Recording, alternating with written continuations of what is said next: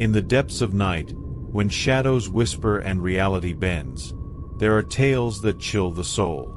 Tonight, we delve into the haunting story of a man and his grandfather's portrait, a tale where the line between life and death is blurred. Imagine waking up to a scream so terrifying it rips you from your bed, only to find it's coming from the very walls around you. A portrait that once held cherished memories now becomes a portal to unspeakable horrors. Join me as we uncover the terrifying events that unfolded within those four walls. What secrets does this painting hold? And what price must be paid for disturbing its eternal slumber? In the depths of night, our story begins with a seemingly ordinary scene. The protagonist had recently inherited a portrait of his grandfather, a cherished family heirloom that once held fond memories. But little did he know, this painting harbored a sinister secret. The room was dark and quiet, the only light coming from the dim glow of the moon filtering through the curtains. The painting hung prominently on the wall, its features serene and peaceful. The protagonist lay in bed, unaware of the horrors that awaited him. It was the second night when the screaming began. A blood-curdling sound that tore him from his bed faster than he could comprehend. One moment, he was lost in dreams.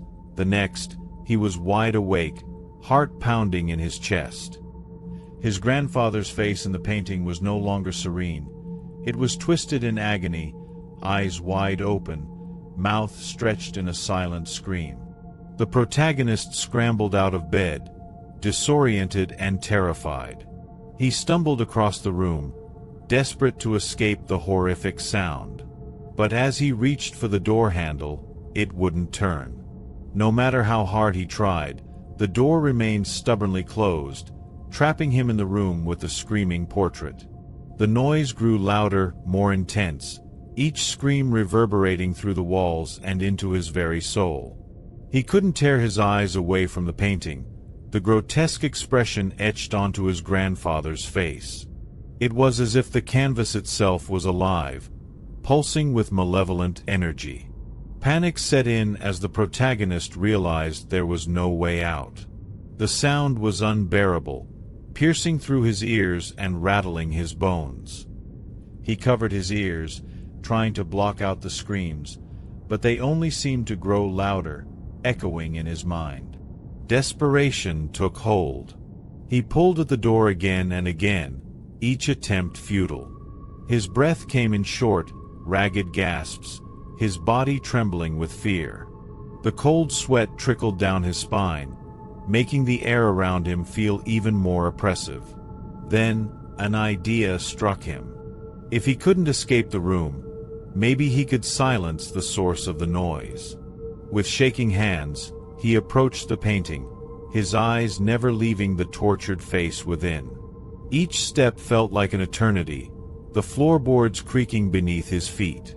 He reached out, fingers brushing against the edge of the frame. The wood felt unnaturally cold, sending shivers up his arm. With a deep breath, he grabbed the painting and yanked it off the wall. Behind it, hidden in the shadows, was another image, a grotesque figure with distorted flesh, supported wrong from underneath. Its hollow eyes stared back at him, filled with malice. The sight sent a wave of terror through his body. This was no ordinary painting. There was something deeply wrong, something unnatural about it. The protagonist's mind raced, trying to make sense of what he was seeing. But there was no time for questions. The screaming continued, relentless and unyielding. In a moment of panic, he hung the screaming portrait back over the abomination, hoping to conceal it. Maybe if he couldn't see it, the nightmare would end. But deep down, he knew it was far from over. The evil presence lingered, waiting for its chance to strike. Have you ever experienced something inexplicable like this? Share your stories with us. Let us know in the comments below.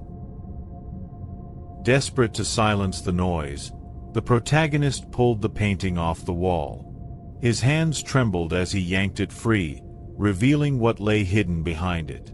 What he found was even more horrifying, a grotesque figure with distorted flesh, supported wrong from underneath.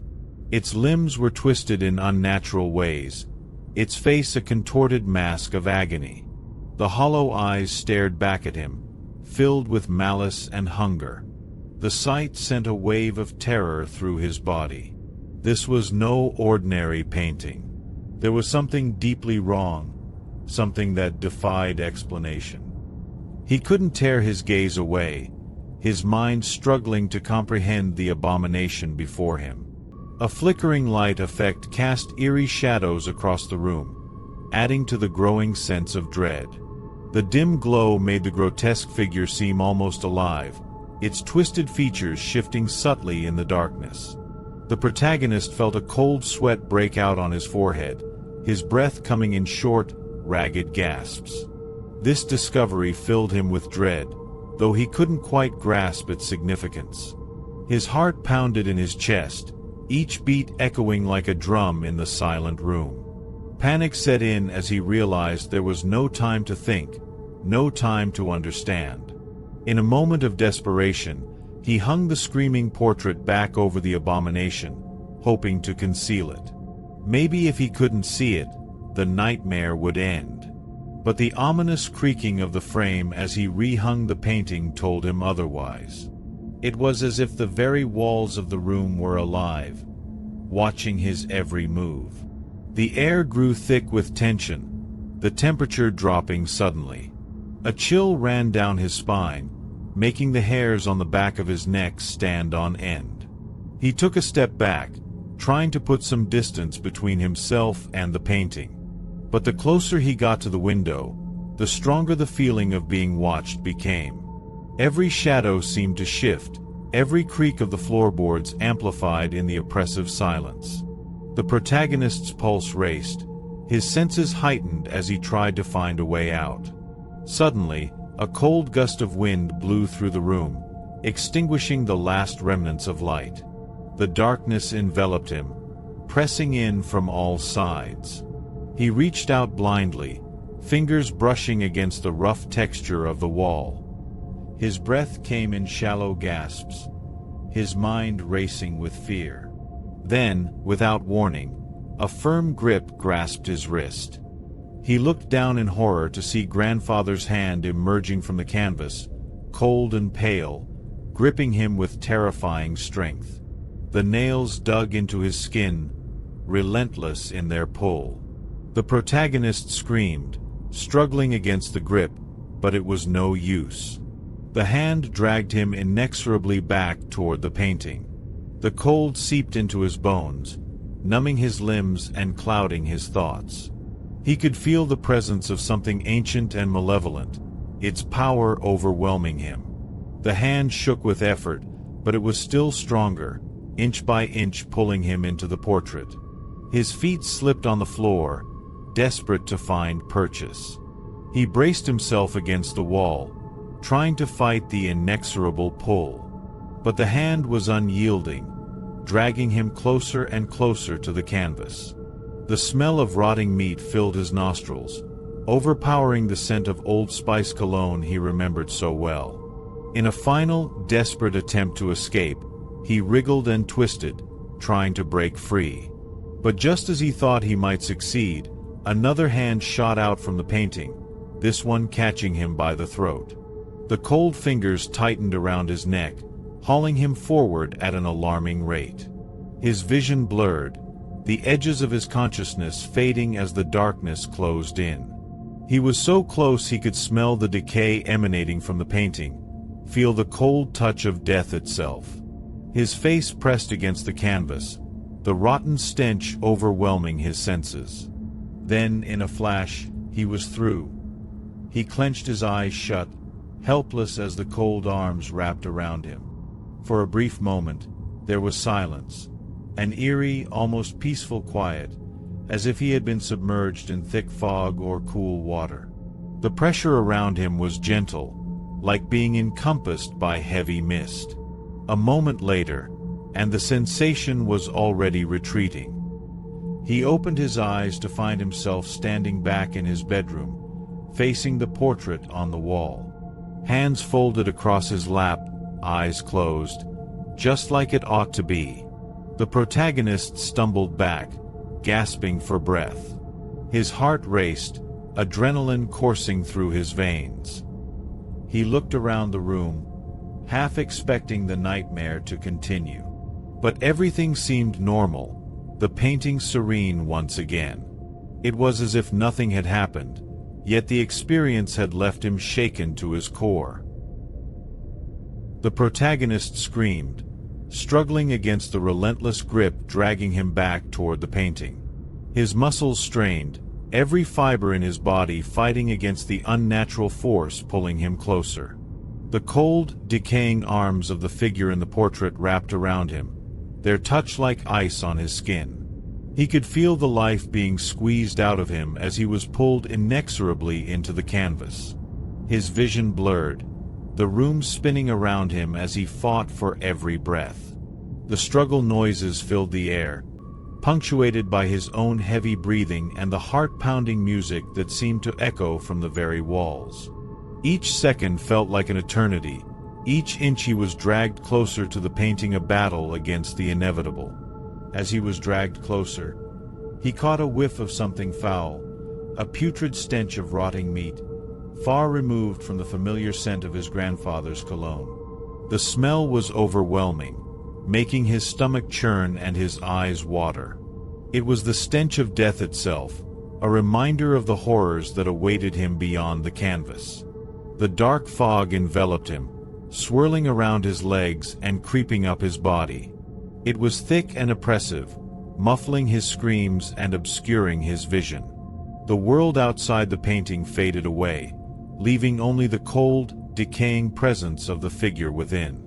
He could feel its malevolent gaze upon him, watching with satisfaction as it claimed another victim. Suddenly, there was silence, an eerie, almost peaceful quiet, as if the protagonist had been submerged in thick fog or cool water.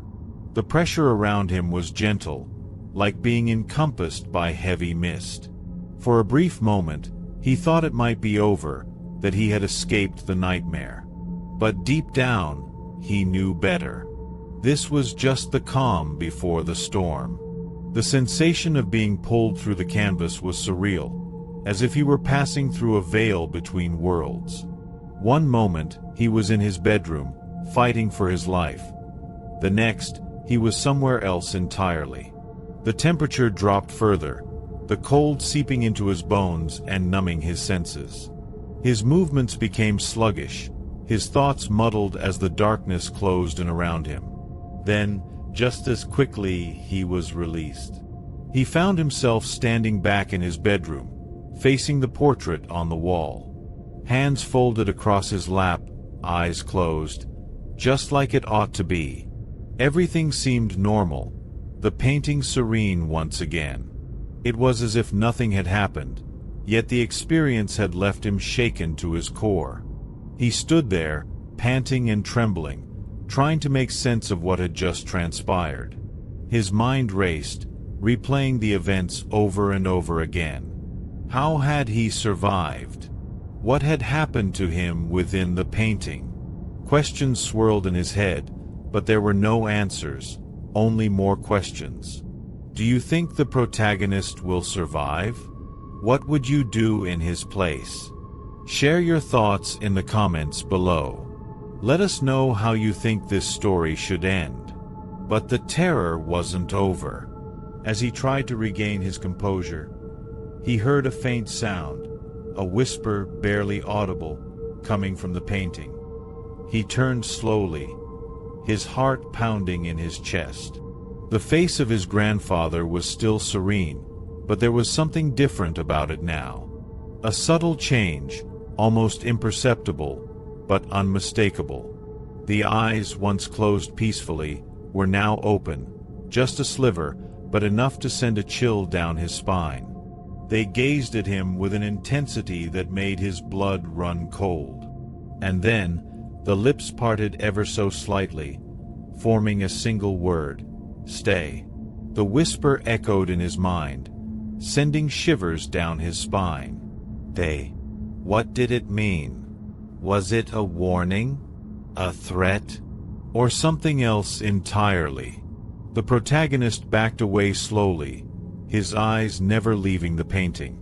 Every instinct told him to run, to flee the room and never look back. But something held him in place, a strange fascination mixed with fear. He reached out tentatively, fingers brushing against the frame of the painting. The wood felt unnaturally cold, sending a jolt of electricity through his arm. The whisper grew louder, more insistent, filling his mind with its haunting voice. They. Panic set in as he realized he couldn't move. His feet felt rooted to the spot, his body frozen in place. The whisper became a command, echoing in his ears with a power he couldn't resist. They. And then, just as suddenly as it had begun, the whisper stopped.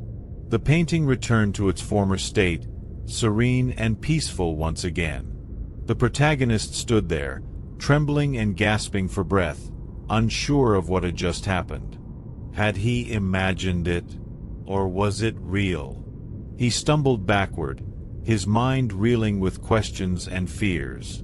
Whatever had occurred within the painting, whatever force had gripped him, was far from over. The nightmare had only just begun. The protagonist found himself standing back in his bedroom, facing the portrait on the wall. The painting now showed grandfather as he should be, calm, serene, eyes closed, hands folded across his lap. It was almost surreal, as if the nightmarish events had never occurred. But the lingering fear in his heart told him otherwise. The room was quiet now, the only sounds the subtle ambient noises of the house settling around him. Distant whispers seemed to echo through the walls, barely audible but unmistakable. They sent shivers down his spine, reminding him that the danger wasn't entirely gone. After calming down, he spent the next half hour apologizing profusely to his neighbors. His frantic screams had undoubtedly woken them, and he could hear their angry voices from below. With each apology, he felt a small measure of guilt lift from his shoulders, but it did little to quell the overwhelming sense of dread still gripping him. His mind raced with questions, none of which had answers. He needed someone who might understand, someone who could offer some form of comfort or explanation. There was only one person he could think of, his mother.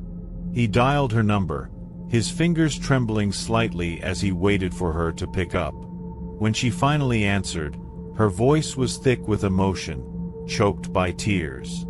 "Mom," he began, trying to steady his voice. "Are you okay? Where are you?" "I'm okay," she replied, sniffles punctuating her words. "Dad's okay. I visited him in the cemetery this morning." There was a pause, the weight of her words hanging in the air between them. She took a moment to blow her nose before continuing, her voice soft and filled with sorrow. "It's stupid of me, right? Do you think he knows?" Her question hung there, unanswered. How could he possibly know what had just transpired? Yet, something deep within him stirred, a flicker of understanding amidst the chaos. He reassured her, telling her that he thought their grandfather would indeed be pleased by her visit, that it made him happy too. As they spoke, the protagonist couldn't help but feel a strange sense of relief wash over him. Perhaps his mother's emotional connection to their grandfather had played a role in saving him from the terrible fate that awaited him within the painting. Maybe love and grief held some kind of power, a protective force against the malevolent forces that lurked beyond the canvas. Visual. Mother visiting the cemetery, placing flowers at the grave. In his mind's eye, he saw his mother standing by the grave, her figure small and vulnerable against the vastness of the cemetery.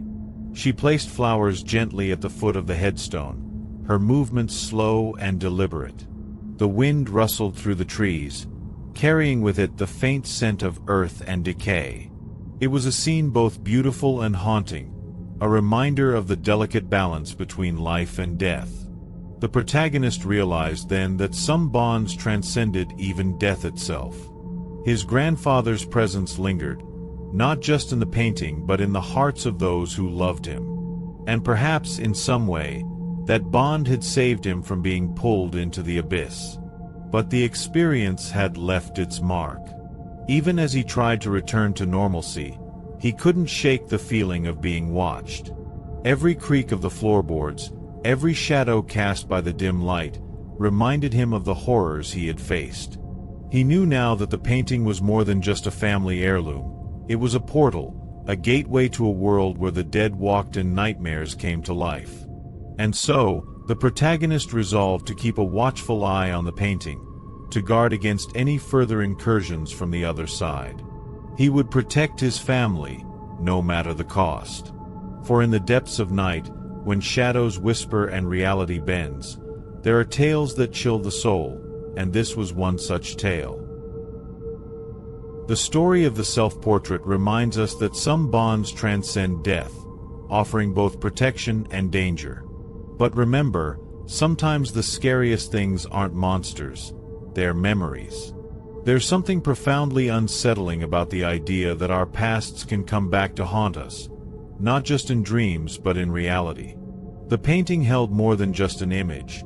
It held the essence of a man who was once loved and mourned, whose memory lingered long after his passing.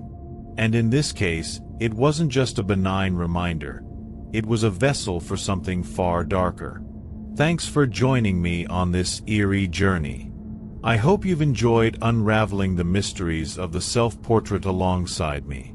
If you found this tale as chilling as I did, don't forget to hit that subscribe button. There are many more spine-chilling tales waiting to be told, each one more haunting than the last.